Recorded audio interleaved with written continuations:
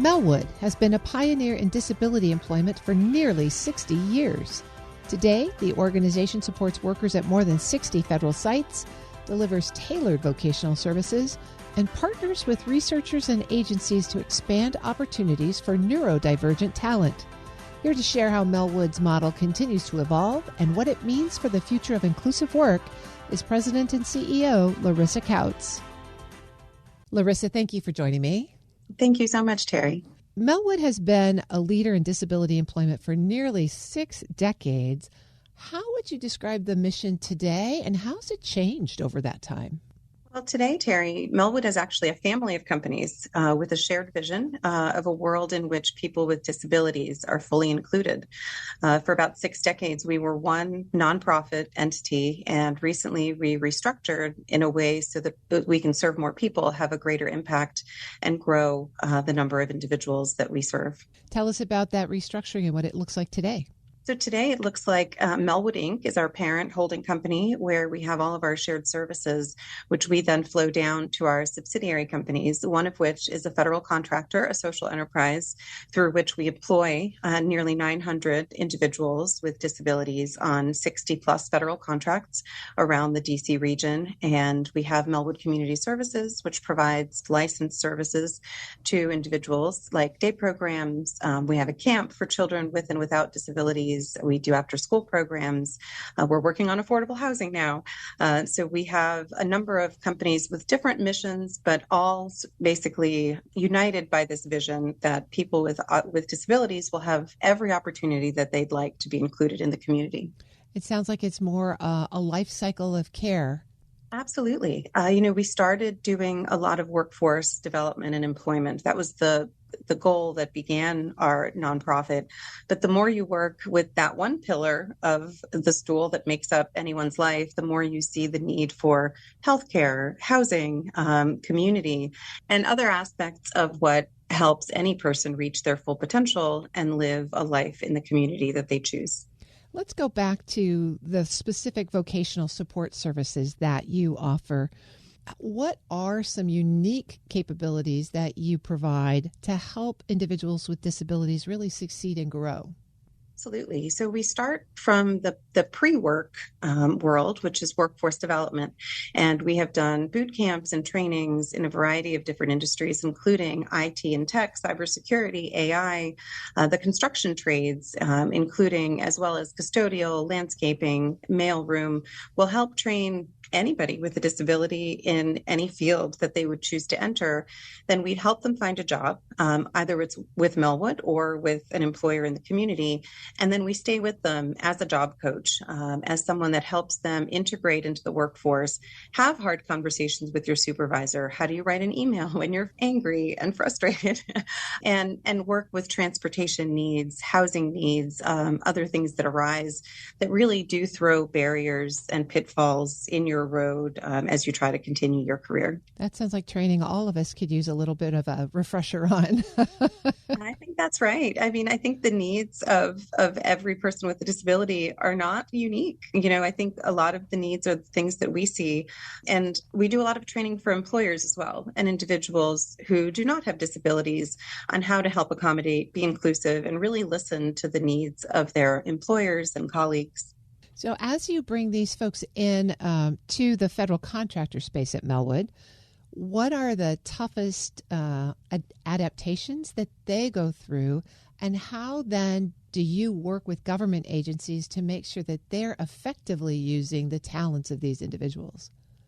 So one of the hardest barriers to overcome is taking yourself from your home environment, which you have managed to accommodate to your comfort level, to your sensory needs, to accommodate any physical needs, and to then find yourself in a job 9 to 5 every day of the week that wasn't necessarily crafted or created for a variety of different disabilities.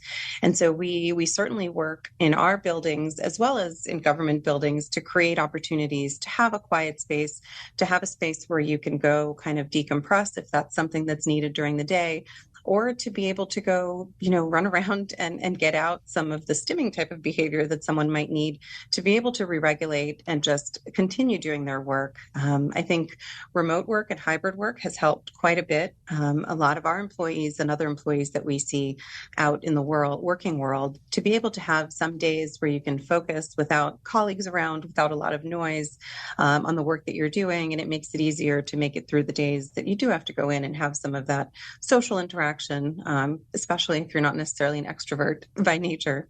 I'm speaking with Larysa Kautz. She's the president and CEO of Melwood. Larysa, I want to go back a couple of years because Melwood partnered with MITRE and the University of Washington to launch a neurodiversity at work playbook and pilot with some federal government agencies. Can you tell us what you learned from that pilot and how it's playing out in the work that Melwood is doing now? Absolutely. So we created a training program called Ability about 7 years ago to teach neurodivergent individuals the skills they need to get a certificate in a cybersecurity field and then to be able to enter that field.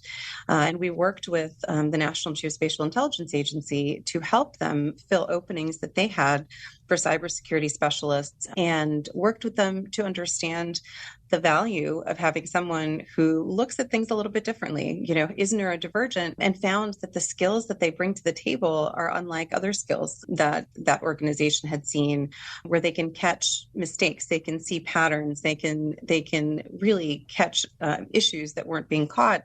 So it worked wonderfully, and we were able to adapt kind of the Autism at Work playbook for a neurodiversity in the federal government playbook, which we hope to continue to do in the future.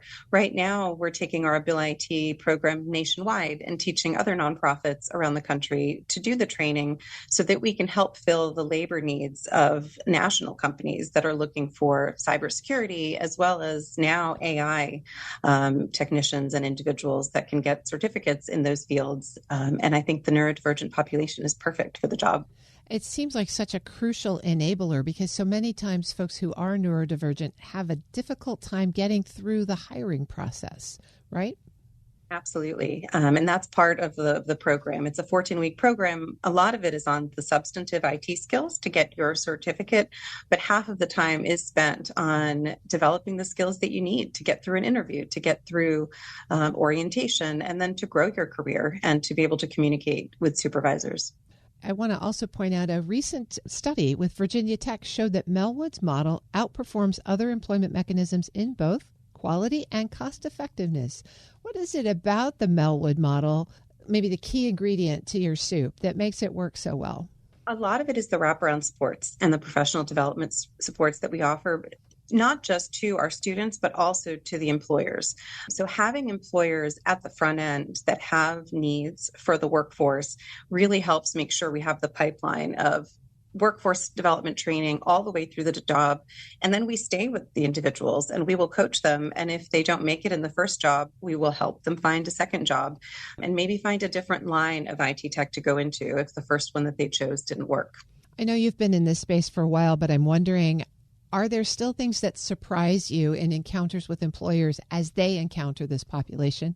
Well, one of the employers that we've worked with, Enabled Intelligence in Falls Church, they do data annotation and labeling for computer vision models, teaching AI essentially to recognize what is on a picture or on a map. And they have both higher quality and speed in the work that they're able to do. As a for-profit company, they're recognizing the return on investment that they have by making their hiring practices inclusive of the neurodivergent population. So there really is an economic reason to do this. And what would you recommend as best practices for other employers, public or private, who want to build more inclusive workforces? I would encourage them to not be afraid of the word disability and to include a conversation about inclusion and accommodations right up front in their job descriptions, in their hiring practices, in their orientation, and create space for people to feel comfortable asking for accommodations, which frankly usually cost less than $400 per employee, often are free, and will create an inclusive culture for all of your employees. And find a workforce that's liable to stick with them for a long time, right? Absolutely. You'll find loyal employees that will not job hop, but will stay in a place where they feel welcome. I've been speaking with Larysa Kautz. She's the president and CEO of Melwood. Larysa, thank you so much for being with me today and for the great work that Melwood is doing. Thank you for having me, Terry. We'll post this interview at federalnewsnetwork.com/Federal Drive. Listen to the Federal Drive on your schedule and your device. Subscribe wherever you get your podcasts.